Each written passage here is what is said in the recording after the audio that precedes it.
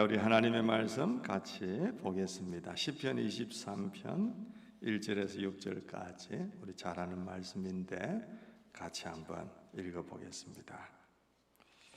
시편 23편 제가 한 절 읽고 여러분 한 절 읽으시고 교독하도록 그렇게 하겠습니다. 다윗의 노래. 주님은 나의 목자시니 내게 부족함 없으라.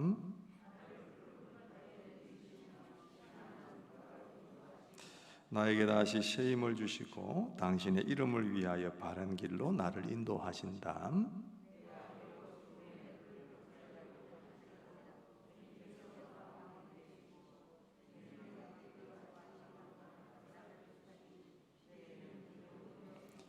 주님께서는 내 원수들이 보는 앞에서 내게 잔치상을 차려주시고 내 머리에 기름 부으시어 나를 귀한 손님으로 맞아주시니 내 잔이 넘칩니다.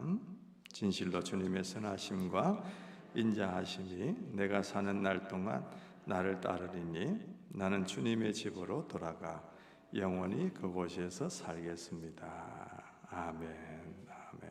할렐루야. 네. 우리 지난 주간 말씀 묵상 가운데 시편 23편이 나왔고요. 또 명절 연휴니까 부모님 뵈러 또 고향으로 이렇게 따뜻한 마음을 안고 가시는 분들이 참 많을 것 같은, 혹시 가시지 못해도 그런 분위기나 느낌들을 많이 가질 수 있는 시간들이기 때문에 이 다윗이 고백한 것처럼 하나님의 집에, 여호와의 집에 영원토록 거하겠다는 그런 고백이 마음속에 좀 와닿고 해서 너무 잘 아는 말씀이지만 이 말씀 한 번 더 묵상해 보도록 그렇게 했습니다. 자, 여러분 오늘 제목 한번 읽어보겠습니다. 시작. 당신에게 하나님은 어떤 분입니까? 그랬습니다. 여러분들에게 하나님은 정말 어떤 분입니까? 궁금합니다. 마음속에 뭐라고 대답을 하실 것 같은지, 나에게 하나님은 어떤 분이실까? 하나님은 나에게 어떤 의미가 계신 분인가? 어떤 관계된 분이신가? 그걸 한번 우리 스스로 마음을 일깨울 수 있는 시간이 되었으면 좋겠다, 그런 생각이 마음속에 듭니다. 여러분 성경에 보면 많은 짐승들이 나오죠. 창세기 표면 여러분 뱀이 나옵니다, 그렇죠? 또 성경에 보면 소도 나오고 나귀도 나오고 염소도 나오고 말도 나오고 낙타도 나오고 시랑과 타조 이런 짐승들도 나옵니다. 그 외에도 제가 방금 언급하지 아니한 짐승들도 성경에 많이 나올 수 있습니다. 그런데 그 가운데서 특별히 가장 많이 언급되는 짐승이 뭔가? 여러분 양입니다. 양. 왜 양이라는 짐승이 성경에 이렇게 많이 나올까? 이 성경은 아시는 대로 이스라엘이라고 하는 배경을 가지고 있는 경우의 책이기 때문에 그럴 수 있겠습니다. 유목민들에게 대표적인 짐승들이 양이잖아요. 그래서 꼭 이스라엘뿐만 아니라 중동 지역이나 혹은 몽골이나 이런 초원들이 넓게 펼쳐져 있는 그런 지역에는 대부분 양을 이렇게 많이 키우는 것을 우리가 보게 되어집니다. 그래서 성지순례를 가보면 가장 많이 볼 수 있는 동물이 양입니다. 떼를 이루어서 줄지어서 이 산등성이를 타고 오르는 그런 양무리들을 많이 볼 수 있거든요. 그런데 여러분 이 양이 있는 곳에 중요한 특징 하나는 양 곁에는 항상 목자가 있다는 겁니다. 목자가, 그렇죠? 양은 있는데 목자가 없는 그룹을 생각해 볼 수가 없습니다. 양이 있으면 항상 그 옆에 목자가 서 있죠. 근데 여러분 생각해 보면 모든 짐승들이 다 목자가 있는 건 아니잖아요. 소를 키우는데 목자가 있다, 그런 얘기 들어보셨습니까? 저는 소를 키워본 적은 없지만 어릴 적에 친구들이 집에 있는 소를 끌고 풀 먹이러 갔다, 꼴 뜯으러 갔다, 이런 얘기는 한 번씩 들어본 적이 있습니다. 근데 뭐 소를 수십 마리 수백 마리 키우면서 데리고 다니는 게 아니니까 한 마리 아니면 두 마리 정도 그냥 가서 풀 뜯어먹게 해놔놓고 지는 뭐 숙제하든지 낮잠을 자든지 뭐 아니면 뭘 하든지 그렇게 쉬고 있는 뭐 그 정도는 되지만은 이 목동이 그렇게 필요하기는 하겠지만 그걸 목자다 그러면서 아주 중요한 비중을 두고 먹고 그렇지는 않더라고요. 여러분 뭐 말을에게 목자가 있다 그런 말 들어보신 적도 없을 겁니다. 뭐 개한테 목자가 따라다닌다, 다 키우는데 목자가 있다, 뭐 염소를 키우는데 목자가 있다 그런 얘기 잘 안 들으셨을 거예요. 그런데 왜 하필이면 유독 양에게는 꼭 이 목자라는 게 필요할까? 그거는 뭐 상식적으로 볼 때도 이해할 수 있지만 양이 그만큼 우둔하고 약한 짐승이다라는 얘기가 될 겁니다. 양은 목자가 없으면 잠시도 살 수 없는 존재, 목숨이 붙어 있어도 붙어 있는 존재가 아닌 것이 양이다. 이렇게 우리가 정의하면 될 것 같아요.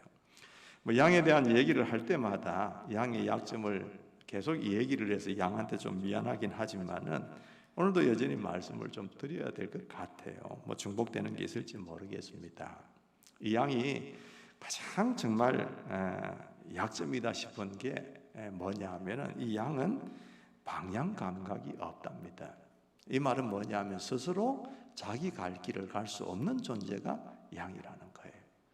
그러니까 앞에 양이 가는 대로 아니면 목자가 인도하는 대로 그냥 따라가는 거지 내가 어느 길을 가야 되겠다 이런 생각을 가지고 가는 동물이 아니라는 거죠. 여러분 진돗개 같은 경우는 어떻습니까? 진돗개가 꼭 아니라도 영리한 개들은 뭐 정말 수백 리 멀리 떨어져서 뭔가 길을 잃거나 혹은 주인과 떨어지거나 그렇게 해놓아도 제 집을 찾아오는 경우들을 우리가 깜짝깜짝 놀라면서 듣게 되는 그런 일화들이 많이 있지 않습니까?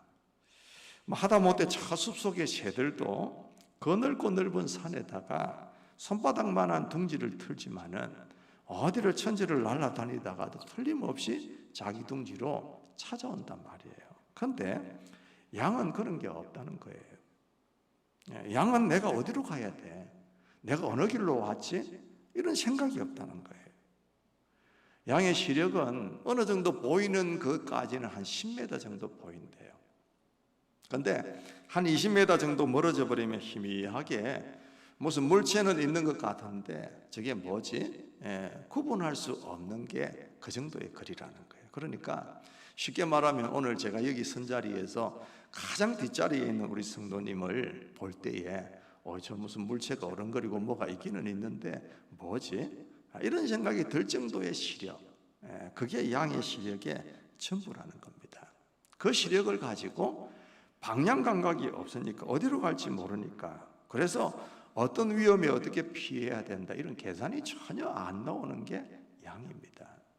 그런데도 이 양은 좀 낮은 곳으로 이렇게 내려가는 습성이 있는 게 아니라 항상 높은 곳으로 올라가려고 하는 습성이 있대요. 그러니까 산에서 뭔가 길을 잃어버려도 밑으로만 내려오면 어쨌든 마을로 오잖아요. 그런데 이 양은 마을로 내려오는 게 아니라 항상 산으로 올라간다는 거예요. 그러니까 더 깊숙하게 들어가므로 이 양을 잃어버리는 경우들이 많다는 거죠. 그래서 성경에 보면 이 목자가 잃은 양을 찾아서 헤매고 다니는 그런 얘기가 가끔씩 나오는 게 그런 이유 때문입니다.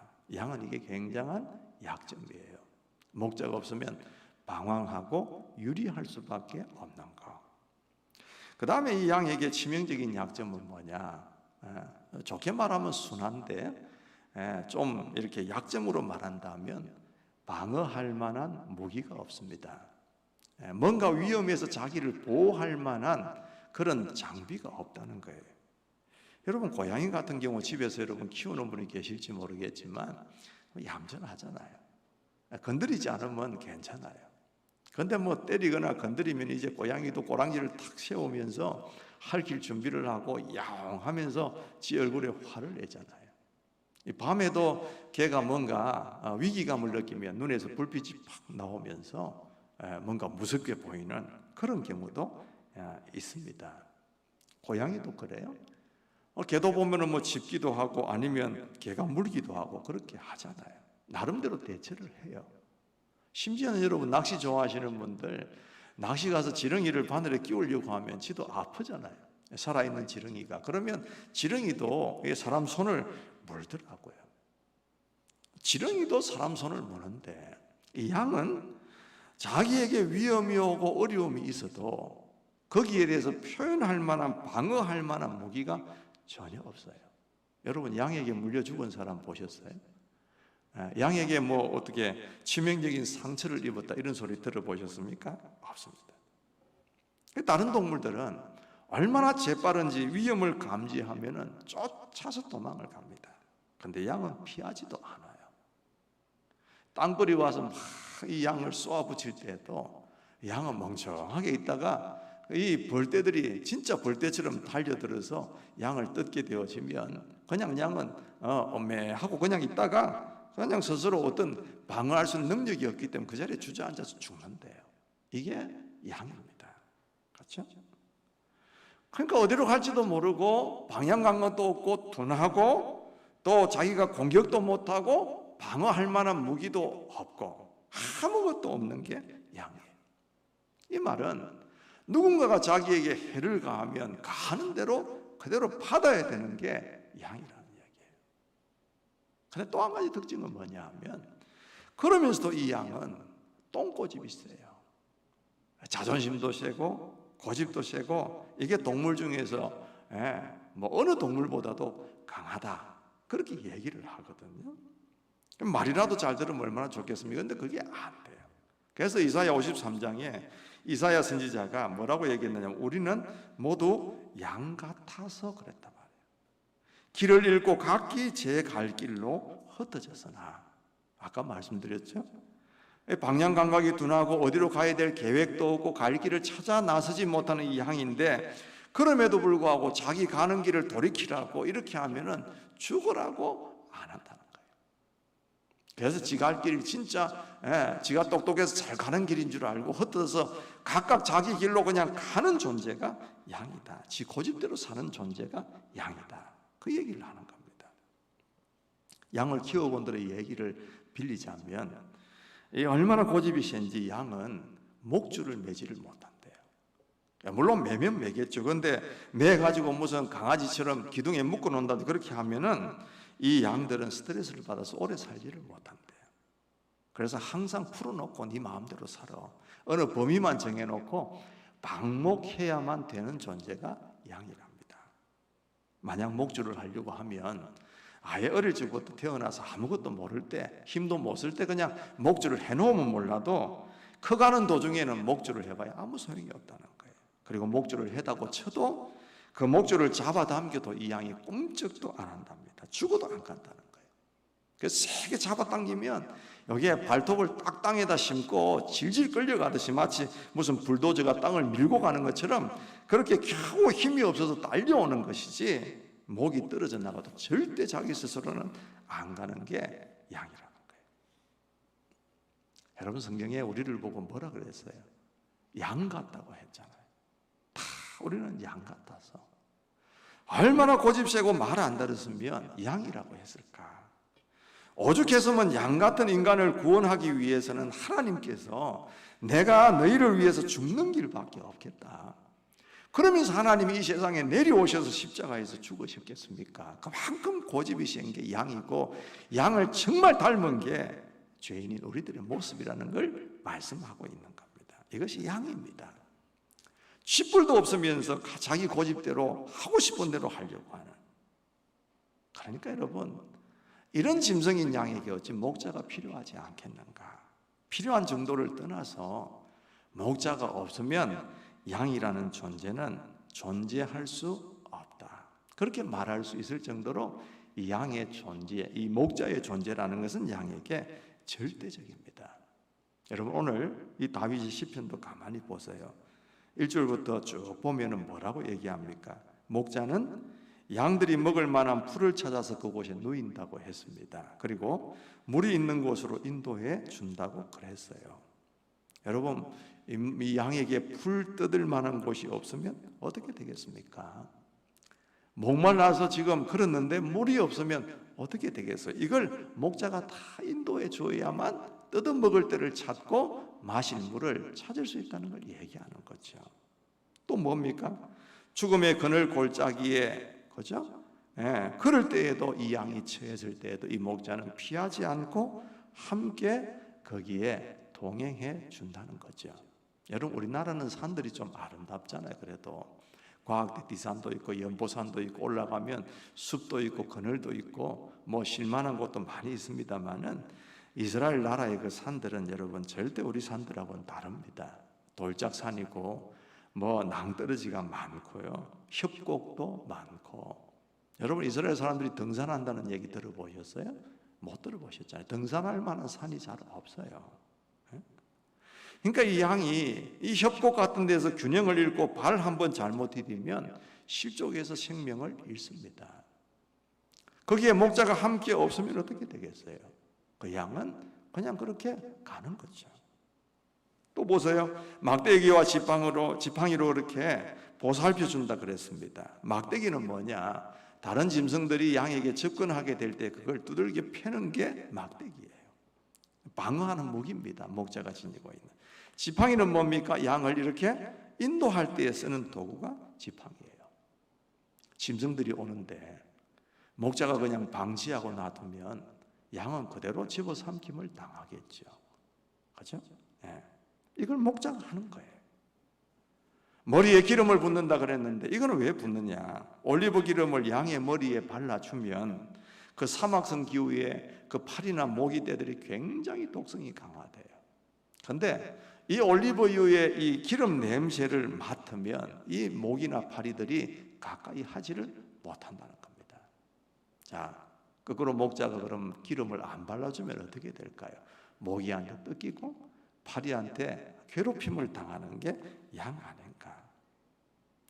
여러분, 이 다윗이 이런 얘기를 쭉 하는데 이거는 뭡니까? 결국 목자가 없으면 양이라는 존재는 살 수 없고 양에게는 목자가 절대적인 존재라는 걸 지금 얘기하고 있는 부분이다 그 말이에요.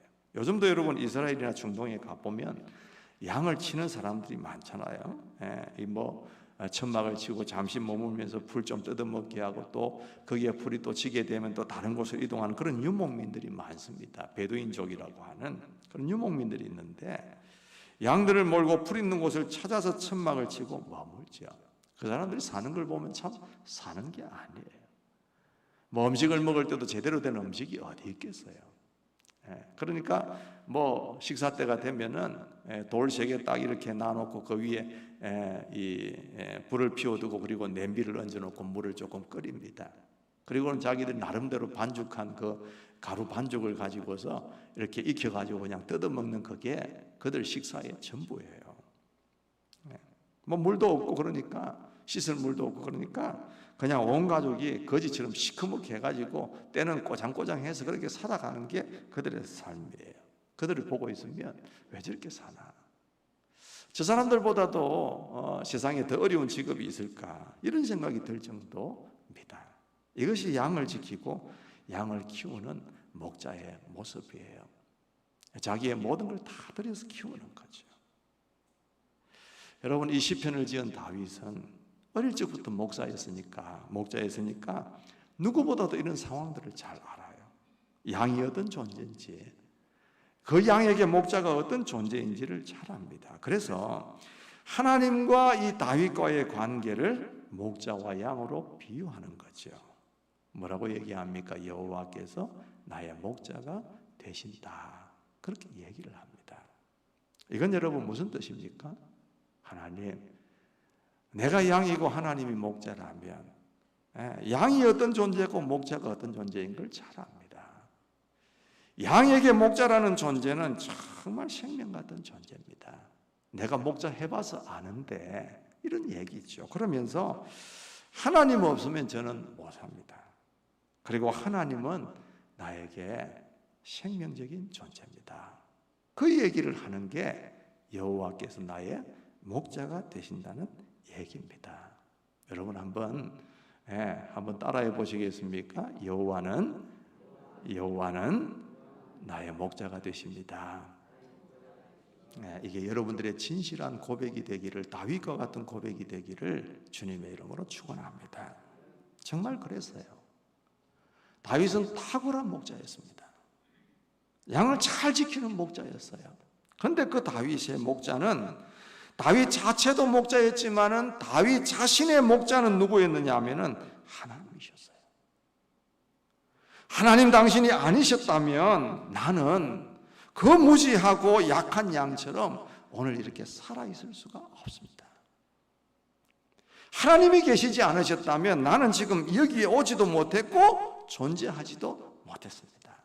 이게 여러분 이 한마디 속에 다 함축이 되어 있는 거예요. 늘 말씀드린 거지만 목동 시절에 그 양들을 넘보고 괴롭히는 짐승들과 싸우느라고 자기 생명 다 내놓았지 않습니까?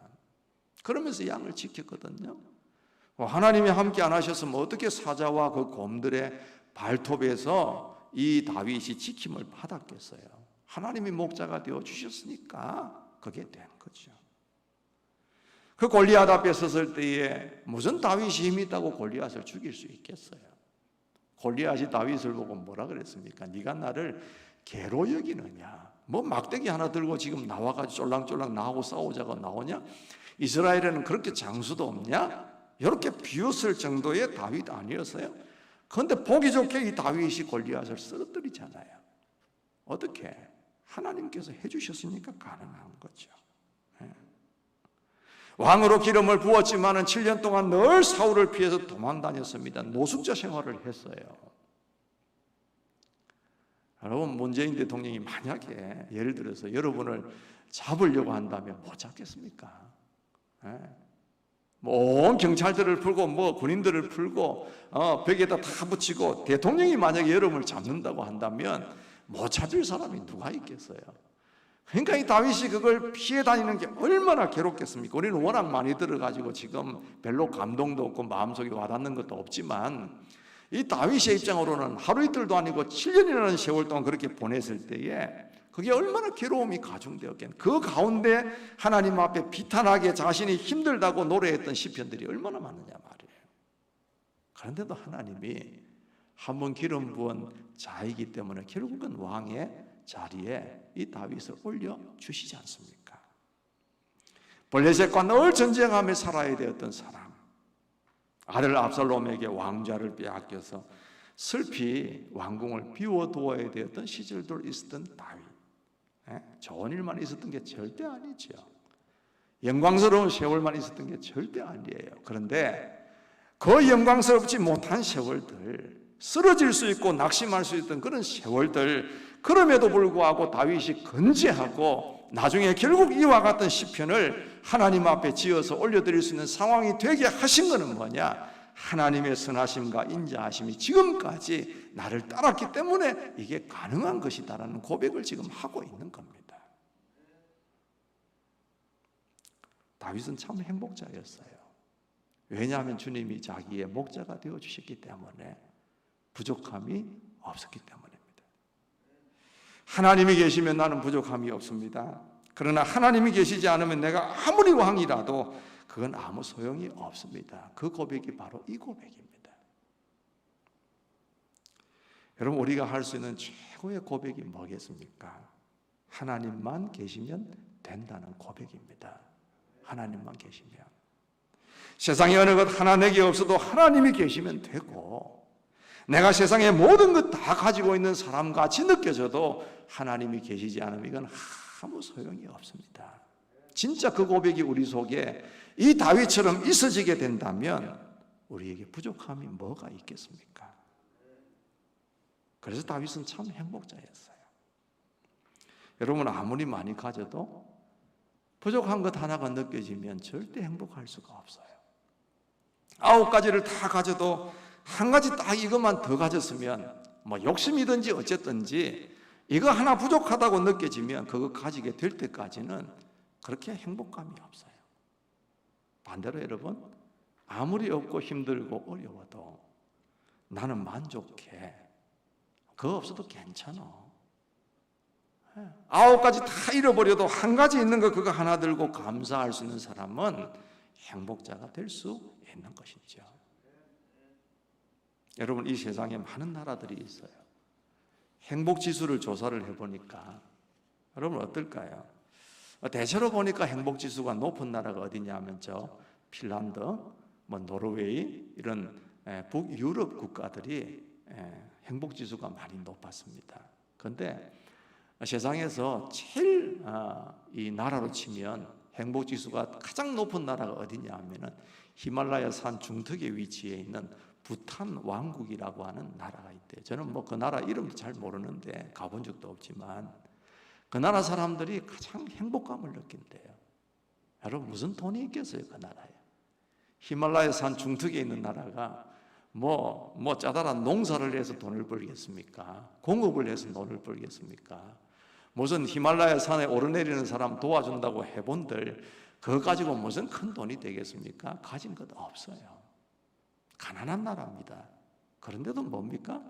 자신들 요만하면 돼서 우리는 행복해. 나 부족함 별로 없어요. 이렇게 생각하고 사는 사람들이니까 그렇게 높은 행복지수를 자랑한다는 겁니다. 우리나라는 어떨까요, 여러분? 여러분 어떠세요? 진짜 여러분 부족함이 없다라고 생각하면서 살고 계세요? 나 만족해요. 나는 요만큼 살면 돼요. 그렇게 생각하고 사세요? 제가 볼 때는 안 그런 것 같아요. 잘 사는 사람들도 보면 저 양반은 저 정도 살면 괜찮을 텐데 이렇게 생각되는데도 항상 인상 쓰는 사람이 있단 말이에요. 없다고 징징거리기도 하고. 그렇죠? 우리나라만큼 잘 사는 사람들 어디 있습니까? 우리나라처럼 의료시설 잘 되어 있고 싸고, 그렇죠? 어제 저녁에 주문하면 오늘 아침에 택배가 도착하는 나라는 대한민국 한 군데밖에 없어요. 정말 좋은 나라입니다. 우리가 잘 몰라서 그렇지 여기만 살아가지고 고마움을 몰라서 그런데 우리나라의 행복지수는 뭐냐, 얼마나 높으냐 해보니까 OECD, 전 세계를 들을 필요도 없고 OECD 국가들 가운데서도 최하위권에 지금 맴돌고 있는 거예요. 누리면서도 누리는 줄 모르면 절대 행복할 수가 없어요. 감사할 제목이 수없이 있음에도 불구하고 감사하지 못하고 살면 그 삶에는 절대 행복감이 없습니다. 여러분, 우리가 특별한 건 많이 안 가지고 좋은 자리에 올라 있지 않는다 해도 하나님이 가장 위대하신 분 맞잖아요. 그분이 우리 삶에 목자가 되어주시고 함께 하시는 은혜가 있다고 한다면 그것만으로 만족해도 충분하다는 믿음이 저와 여러분에게 있게 되기를 주님의 이름으로 축원합니다. 우리 차영재 원사님이 지난 수요일날 수술을 하셨어요. 매일매일마다 제가 전화를 하고 기도해드리고 그렇게 하는데 수술하시고 나서 하루가 지났을 때 좀 힘이 많이 없으셨어요. 드시는 것도 없고 그러니까. 그리고 수술한 다음 날이니까 얼마나 아프겠습니까? 근데 며칠 안 지났는데 하루하루 지나면서 권사님이 대화를 해보시니 하니까 목소리 자체가 틀린 거예요. 빨리빨리 회복이 되는 표가 나요. 제가 느끼기에. 오늘 식사 좀 하셨어요? 하니까 오늘부터 목사님 미염이 좀 나왔습니다. 어제 또 아침에 전화를 하니까 국물, 미염 흥건한 그런 국물이 아니라 이 밥 알갱이가 몇 개 씹어질 정도의 밥으로 조금 이렇게 바뀌어졌다 이런 이야기도 하시고 그렇게 하세요. 근데 이 권사님이 늘 우리가 잘 아는 권사님이 충분히 그러실 것이라고 생각을 하지만 항상 마음속에 감사하는 마음이 자꾸 이렇게 전달이 되는 거예요. 그러면서 본인보다 일주일 먼저 수술을 하신 분이 계신데 그런데도 그 일주일 먼저 수술하신 분은 지금 힘들어가지고 이렇게 회복이 안 되고 있는데 목사님 저는 지금 한 3, 4일밖에 안 됐는데도 이렇게 힘이 생겨서 운동도 하러 다니고 이렇게 하니까 얼마나 감사합니까? 본인도 아프고 힘들 텐데도 저한테 계속 위로를 주는 거예요. 목사님 너무 그렇게 걱정 안 하셔도 괜찮아요. 기도해 주셔서 고맙고 온 성도들이 같이 기도해 주시니까 제가 얼마나 마음이 편하고 좋은지 모릅니다. 걱정하지 마십시오. 오히려 저의 마음을 진정시켜주고 위로를 해주시는 거예요. 여러분, 암에 걸려서 수술한다는 거, 이 보통 일입니까? 한 개인의 인생에. 그런데도 그런 마음의 여유가 있다는 거 뭘 말합니까? 하나님이 계시기 때문에 그게 가능한 것 아니겠어요? 예. 하나님이 계시니까. 그렇죠? 그러니까 그게 감사의 제목이 되고 만족의 제목이 되어지는 거지. 여러분, 안 그러면 이 믿음이 없으면 어떤 현상이 일어나겠습니까? 하나님, 왜 나한테 이런 일을 일어나게 하세요? 내가 뭘 잘못했다고? 예, 그러면서 막 마음이 뒤숭생숭하지 않겠냐 그 말입니다. 건강할 때도 하나님이 나의 목자가 되셔서 감사하고, 암이 걸리고 몸이 아파도 하나님이 여전히 이 험한 골짜기 가운데 나를 버려두시지 않고 함께하고 계시기 때문에 감사하고, 이게 우리 하나님을 믿고 하나님이 우리의 목자가 되시는 그 믿음을 가진 사람들의 모습 아니겠는가? 그걸 한 번 더 생각해야 하는 대목인 겁니다. 그래서 하나님이 목자가 되셔서 부족함이 없다고 고백한 다윗은 마지막에 그렇게 고백을 하지요. 6절 말씀 저는 참 중요하다고 생각합니다. 6절 말씀 같이 한 번만 더 우리 천천히 읽어보겠습니다. 진실로 시작. 진실로 주님의 선하심과 인자하심이 내가 사는 날 동안 나를 따르리니 나는 주님의 집으로 돌아가 영원히 그곳에서 살겠습니다. 그랬습니다. 여러분, 이 말씀 읽고 있으면 뭔가 느껴지는 게 없어요? 괜히 뭔가 좀 편안해지잖아요. 진정한 어떤 평안이 마음속 깊은 곳에서 느껴지잖아요. 내가 안 느껴진다고 해도 이 다윗의 마음이 어땠을 것 같다라는 건 우리가 인정할 수밖에 없잖아요. 그 다윗의 수없는 어려움들, 아까도 말씀드렸지만은 그런 가운데 우리 주님이 목자가 되셔서 선하시고 인자하심이 나를 따라왔다면 앞으로도 그 선하심과 인자하심은 정녕 나를 따를 것이고, 내가 주님의 집으로 돌아갔을 경우에도 그분의 집에서 영원토록 내가 살 것입니다. 마치 그 따뜻한 그 무언가 절대적인 품 속에 어떤 연약한 한 존재가 푹 쌓여서 그분 때문에 만족감이 있고 위로가 있고 평안이 있고 힘이 넘쳐지게 되어지는 그런 평안, 이게 여러분 이 한 구절 속에 다 녹아있는 것 같다는 느낌이 마음속에 있다는 거예요. 사랑하는 성도님들, 하나님은 여러분들에게 어떤 존재입니까? 정말 다윗처럼 하나님은 나에게 없어서는 안 될 생명 같은 존재입니다. 내가 왕이지만 하나님이 나의 왕이시고, 내가 목자였지만 하나님이 내 인생의 목자입니다. 그렇게 여러분이 고백하고 사십니까? 아니면 하나님 계시면 더 좋고, 안 계셔도 나의 돈 좀 많고, 나에게 좀 잘해주는 사람 많고 사랑해주는 사람 많으면 나 괜찮아요, 그런 하나님이 여러 개 중에 하나 선택사항으로 여러분 등장하고 있는 그런 분이시냐 그 말입니다. 여러분이 지나온 인생을 가만히 돌이켜 보십시오. 여러분, 우리가 지금 내 힘으로 산다고 막 그렇게 설치고 있지만은 우리가 과거를 가만히 회상해 보면 하나님의 선하시고 인자하신 그 손길이 사실 얼마나 뚜렷하게 보여지는지 모르는 거죠. 사람들은 하나님이 믿어지지 않으면 항상 그 하나님의 자리에 다른 뭔가를 올려놓습니다. 그게 보이지 않는 우리의 우상이죠. 그런데 그게 여러분 진정한 여러분과 저의 목자가 될 수가 없습니다. 여러분을 절대 그것은 만족시킬 수가 없습니다. 여러분, 우리는 목자 없이 살 수 없는 인생을 살고 있는 존재입니다. 하나님은 우리의 정말 선한 목자시라는 것 믿으시기를 바랍니다. 싹군 목자는 싹을 받은 만큼 일합니다. 그러니까 이리 때나 짐승들이 막 양을 움켜쥐려고 내려오면 그 양들을 버리고 도망가잖아요. 자기 양이 아니니까. 그런데 하나님은 그렇게 안 하시잖아요. 우리가 죄 가운데 빠져서 다 잃게 되었을 때에 하나님이 직접 이 땅 위에 오셔서 십자가를 지시고 생명을 주시기까지 우리를 위해서 희생하신 분이 하나님이시잖아요. 왜? 우리가 그분의 양이기 때문에 그런 겁니다.